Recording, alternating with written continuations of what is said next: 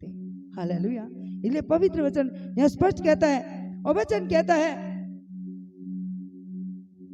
सुनो, तुम्हारे उपवास का फल यह होता है कि तुम आपस में लड़ते और झगड़ते और दुष्टता से घूंसे मारते हो।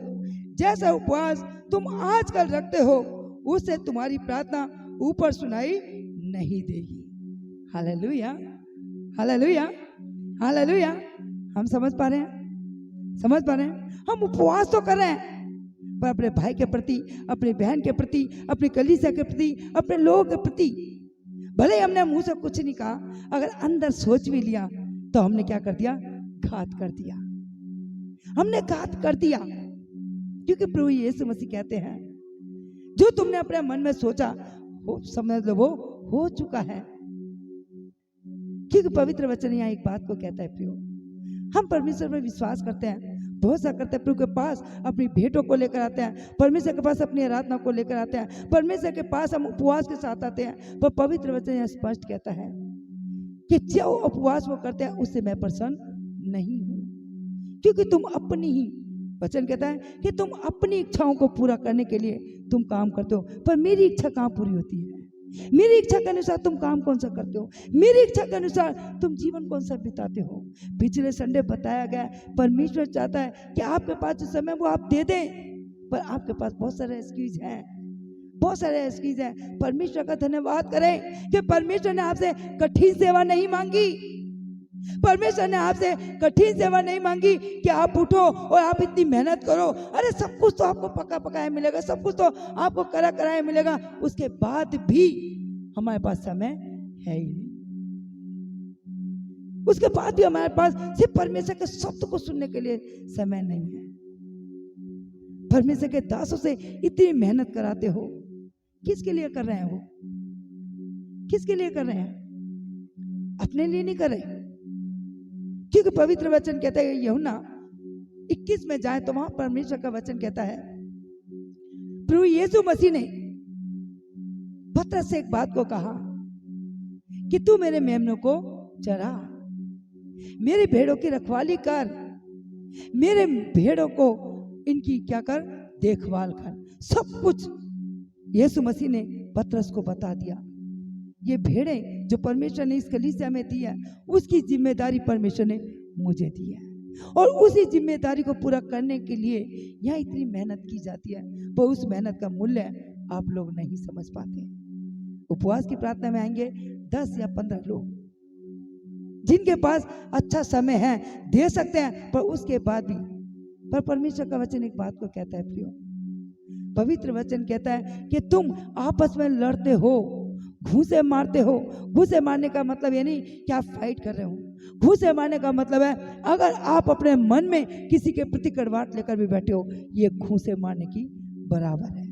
किसी के प्रति, किसी शब्दों के प्रति अपने मन को कठोर करके बैठे हो, तो ये परमेश्वर जानता है। हम मुंह से तो परमेश्वर का आदर करते हैं, पर मन से परमेश्वर के विरुद्ध हम क्या कर रहे हैं? पाप कर रहे हैं। इसलिए पवित्र वचन यहाँ स्पष्ट कहता है, प्रियो, और पवित्र वचन यह कहता है, सुनो, उपवास, तुम्हारे उपवास का फल यह होता है कि तुम आपस में लड़ते और झगड़ते और दुष्टता से घूंसे मारते हो, और जैसा उपवास तुम आजकल रखते हो, उससे तुम्हारी प्रार्थना ऊपर सुनाई नहीं देगी। हालेलुया। कौन कह रहा है इस बात को? कौन कह रहा है इस बात को? परमेश्वर स्वयं इस बात को कह रहा है। हालेलुया। हम सोचते हैं बस हम कर तो रहे हैं, अरे प्रार्थना ही तो करनी है, घर में कर तो रहे हैं, प्रार्थना तो कर रहे हैं, प्रभु तो सब कुछ जानता है। प्रभु सब कुछ जानता है, भाई ये समय, ये दिन क्यों ठहराएगा? प्रभु ये भी तो जानता है ना। क्यों परमेश्वर ने कहा उपवास का दिन ठहराओ? क्यों कहा कि मेल प्रजा को जता, मैं लोगों को बता, मैं लोगों से कह? क्यों कहा परमेश्वर ने? क्या परमेश्वर नहीं जानता क्या? परमेश्वर जानता है, पर हम फिर भी क्या कर रहे हैं? बार बार पाप कर रहे हैं, बार बार गलती कर रहे हैं, बार बार परमेश्वर को रीस दिला रहे हैं, बार बार उसे क्रूस पर चढ़ा रहे हैं, बार बार उसे दुख दे रहे हैं। हालेलुया। परमेश्वर का वचन यह कहता है,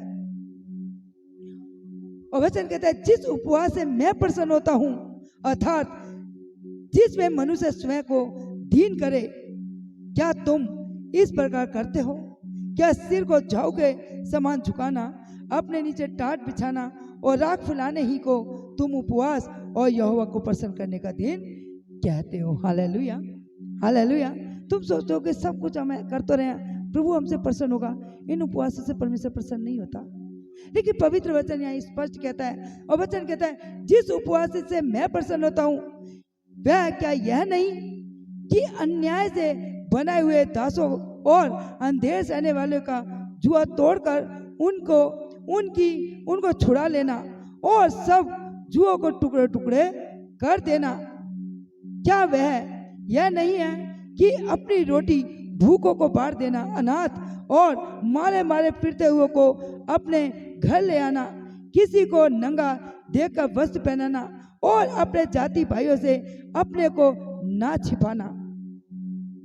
तब तेरा प्रकाश पांव फटने के समान चमकेगा और तू शीघ्र चंगा हो जाएगा। तेरा धर्म तेरे आगे आगे चलेगा, यहोवा का तेज तेरे पीछे रक्षा करता चलेगा। तब तू पुकारेगा और यहोवा उत्तर देगा, तू दुहाई देगा और वह कहेगा मैं यहाँ हूँ। यदि तू अंधेर करना और उंगली उठाना और दुष्टता की बातें बोलना छोड़ दे। Hallelujah, hallelujah, hallelujah. परमेश्वर हमारे हृदय मनों की बातों को बेहतर जानता है। परमेश्वर इन बातों से प्रसन्न होता है। तुम भूखे को रोटी खिलाओ।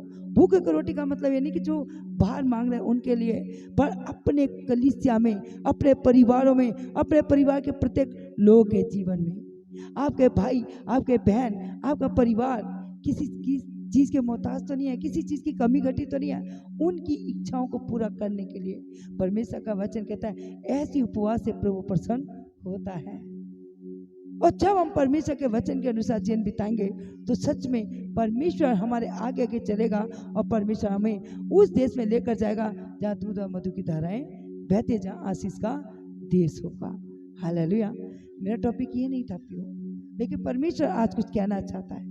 यदि आज हम परमेश्वर की इच्छा के विरुद्ध काम कर रहे हैं, आज भी परमेश्वर की बातों को टाल रहे हैं, आज भी परमेश्वर की इच्छा के विरुद्ध हम अपने जीवन को बिता रहे हैं, तो सच है परमेश्वर ने आज जब सुबह पूछा प्रभु ये 2 दिन तो निकल गया, 30 दिन में आज आपकी इच्छा क्या है, तो परमेश्वर ने स्पष्ट रूप से बातें